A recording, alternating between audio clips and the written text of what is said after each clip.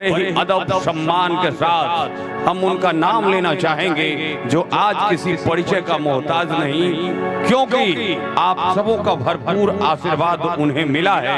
यानी आप शायद समझ चुके होंगे, यानी आने को हैं तैयार, सिर्फ होनी चाहिए एक बार आपके तालियों की बौछार। प्लीज कम मैथिली सुपरस्टार गौरव ठाकुर।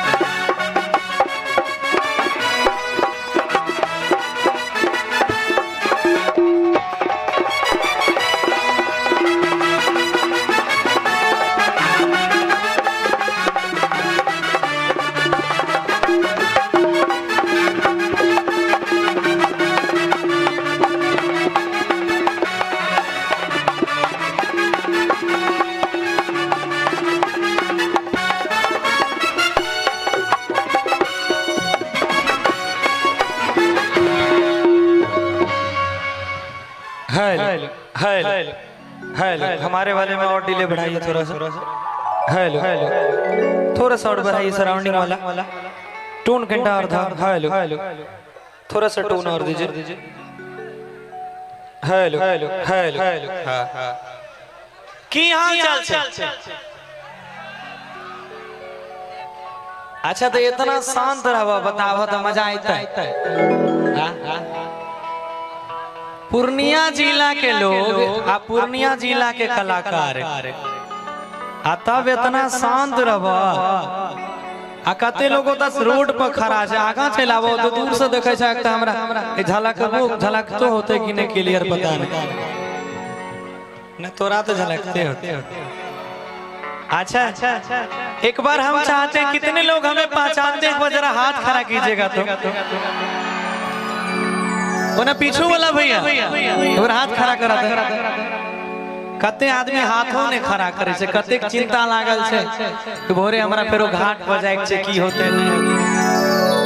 आ कते लोग ई समस्या में छे कि कनिए बनेने होते घर पर कि नहीं खइबे कि नहीं। चलिए,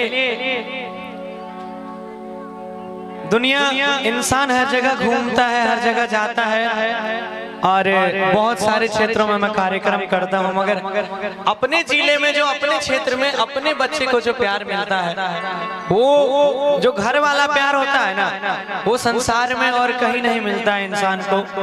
और कहीं ना कहीं ये हमारे पूर्णिया क्षेत्र में है और हमारे घर के बगल में है। हम भी पूर्णिया जिले से हैं। हम चाहते हैं एक बार चपई गांव के लिए जोरदार ताली बजा दीजिए।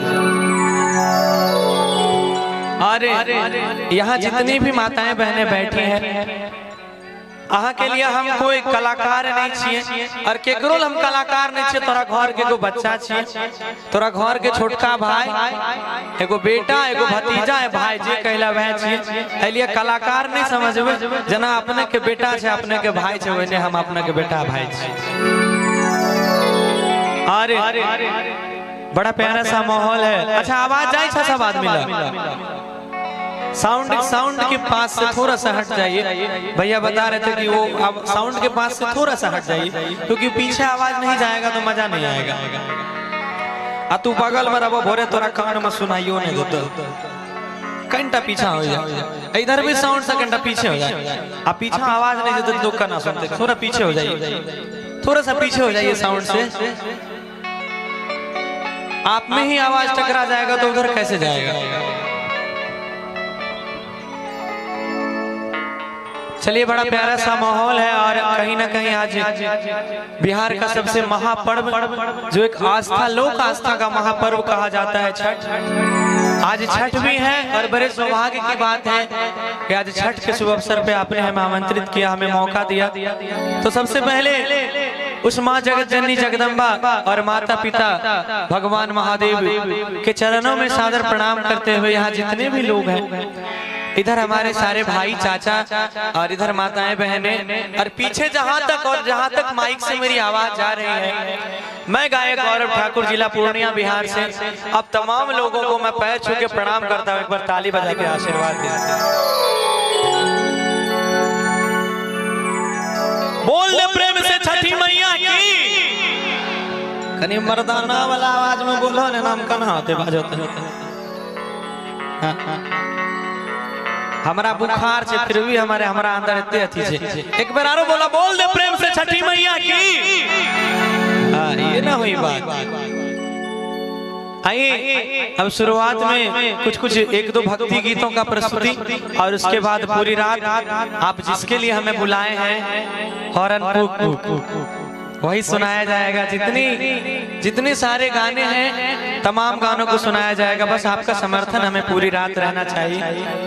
बस जब हम एक बार प्यार से भैया हो कहा ना तो सबको की हो कहियो भैया हो। अरे एक बार आरो जोर से बोला, लागे छा भूखले चले लगी।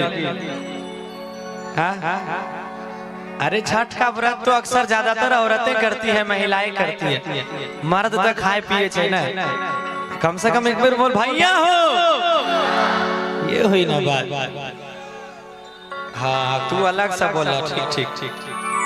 चलिए आइए, बड़ा प्यारा सा माँ का भजन और माँ के दरबार में चलते हैं। उसके बाद पूरी रात आपकी सेवा में गौरव हाजिर है और नीचे उषा यादव जी भी बैठी हैं आपके आशीर्वाद पाने के लिए। तो तमाम कलाकार, अभी बहुत सारे कलाकार हैं, देखेंगे तो दंग हो जाएंगे आप। आइए शुरुआत करते हैं। बड़ा प्यारा पांचवा दिखाइएगा।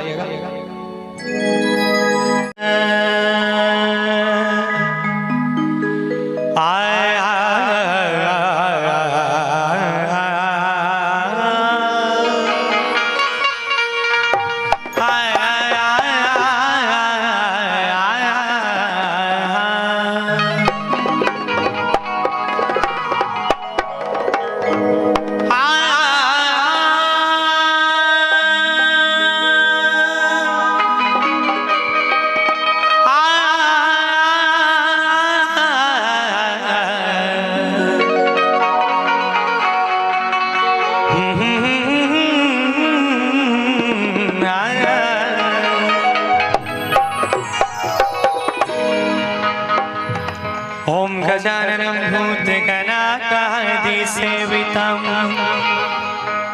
हरिकपितथं जम्बूफलचारुभक्षणं कियुमसुतं शोकविनाशे कारकम् नमामि विघ्नेश्वरं